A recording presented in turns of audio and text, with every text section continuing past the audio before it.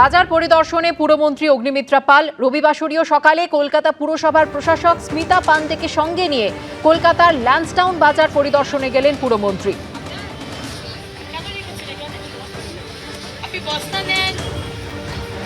সকালে পুর নগরোন্নয়ন মন্ত্রী অগ্নিমিত্রা পাল তিনি কিন্তু বেরিয়ে পড়েছেন। ইতিমধ্যেই ল্যান্সডাউন মার্কেটে তিনি এসছেন।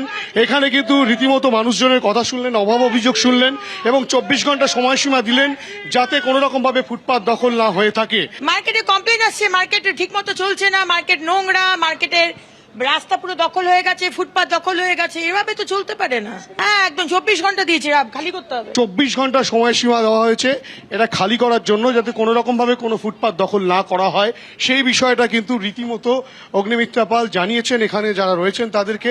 এবং এক্ষেত্রে ল্যান্সডাউন মার্কেট শুধু নয়, আমরা দেখেছি যে কলকাতা শহরের বিভিন্ন জায়গায় যেখানে ফুটপাত দখল হয়ে গিয়েছে, যেখানে সাধারণ মানুষের চলতে সমস্যা হচ্ছে, সেই সব জায়গায় গিয়ে কিন্তু অগ্নিমিত্রা পাল তিনি কিন্তু রীতিমতো আগে থেকেই তিনি জানিয়েছিলেন যে কোনো রকম ভাবে ফুটপাত দখল করে কোনো ব্যবসা করা চলবে না বেআইনিভাবে, এবং সেক্ষেত্রে মানুষজনের যাতে কোনো ধরনের কোনো অসুবিধা না হয় সেই বিষয়টা কিন্তু সুনিশ্চিত করার চেষ্টা তিনি চালিয়েছেন। স্মিতা পান্ডে তিনিও ছিলেন, তাকে সঙ্গে নিয়ে পুরো আধিকারিকদের সঙ্গে নিয়ে তিনি কিন্তু আজকে এই ল্যান্সডাউন মার্কেট পরিদর্শন করেন এবং সেই পরিদর্শন করার পর তার স্পষ্ট বার্তা যে এই ল্যান্সডাউন মার্কেটে যেখানে যেখানে যেভাবে ফুটপাত দখল রয়েছে সেগুলো দখলমুক্ত করতে হবে। ক্যামেরায় সন্দীপ পালের সঙ্গে হিন্দোল দে, এবিপি আনন্দ, কলকাতা।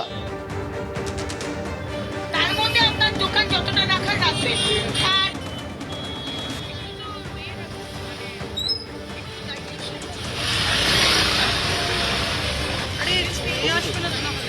আপনার কেন রেখেছেন এখানে? আপনি বস্তা নেন, অন্য কিছু নেন, ট্রাক আনুন, কিন্তু এখানে তো রাখতে পারবেন না।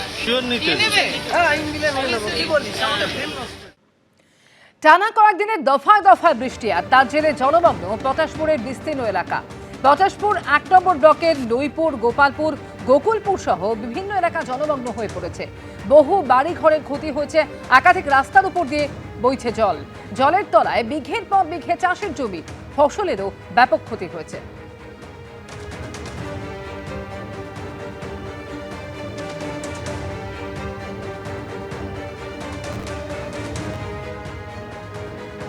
জলমগ্ন পটাশপুরের বিস্তীর্ণ এলাকা, সেই ছবি আপনারা দেখতে পাচ্ছেন। যেভাবে দফায় দফায় বৃষ্টি হয়েছে তার জেরে জলমগ্ন হয়েছে এলাকা, তার জেরেই চূড়ান্ত ভোগান্তির মুখে সাধারণ মানুষ।